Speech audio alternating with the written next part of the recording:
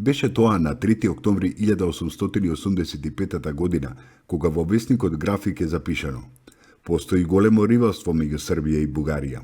Србија се плаши дека Македонија ќе падне во рацете на Бугарија. Крал Милан спрема 100.000 војска, а највознемирувачки дел од кризата е големиот ентузијазам кај неговиот народ кој во секој момент може да востане против Македонија. Во тој случај, многобројното население во Грција исто така ќе востане и ќе сака да зграби дел од Македонија.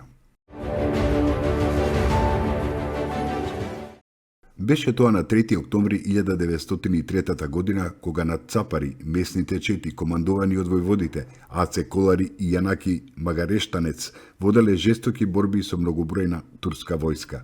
Загинале 45 востаници. Бојот кај Цапари представува последна вооружена борба во районот Цапари-Ѓавато-Смилево.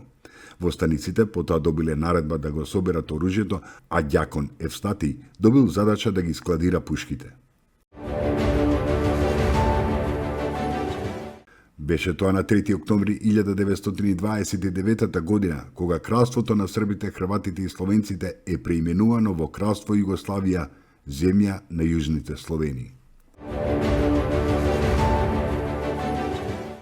Беше тоа на 3 октомври 1991 година, кога председателството на Социјалистичка Федеративна Република Југославија, според Уставот, почна со работа во услови на непосредна воена опасност, оценувајќи дека е на победок граѓанска војна.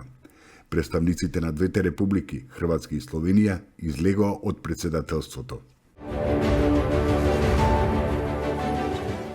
Беше тоа на 3 октомври 1995 година, кога врз председателот на Република Македонија, Киро Глигоров, е извршен атентат.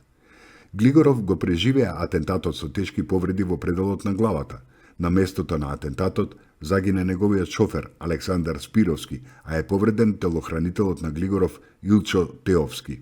Како последица од повредите почина и случајниот минувач Христо Христоманов, а беа повредени и Климе Коробар и Јован Атанасовски. На 2 октомври 2002 година конституирано е третото по осамостојувањето собрание на Република Македонија. За председател на собранието бил избран Никола Поповски. Беше тоа на 3 октомври 1971 година, кога во Скопје е роден Дарко Митревски, македонски филмски режисер. Од 2007 година живее во Лос Анџелес, Калифорнија. Митревски е режисер на филмовите Збогум на 20. век, Балкан Кан и Трето полувреме, како и на документарните серијали Уа Шнајдери и Досие Скопје. Во 1922 година, на 2 октомври, починал Миодраг Мицев, истакнат македонски научен работник на полето на невротичните состојби и психоматските заболувања, професор на Медицинскиот факултет и на Факултетот за драмски уметности во Скопје. Меѓу најзначајните негови трудови се Психоанализата на театарот, Интимно за мажите. Роден е во Белград во 1935 година. Беше тоа на 3 октомври 2016 година, кога почина Љупка Димитровска, македонско-хрватска пејачка. Димитровска Калогера е родена на 25 јули 1946 година во Скопје. Беше доајен на забавната музика во поранешна Југославија, а врвот на својата популарност го достигна во 70-тите и 80-тите години од минатиот век. Првиот албум Љупка го објави во 1975 година, а зад неа се речиси децении музичка сцена во текот на која отпеа многу хитови, незаборавни песни кои ги напише незиниот веќе покоен сопруг Никица Калогера. Љупка Димитровска учествуваше на Југовизија во 1970-та, кога со Бај Бај го освои 6-то место.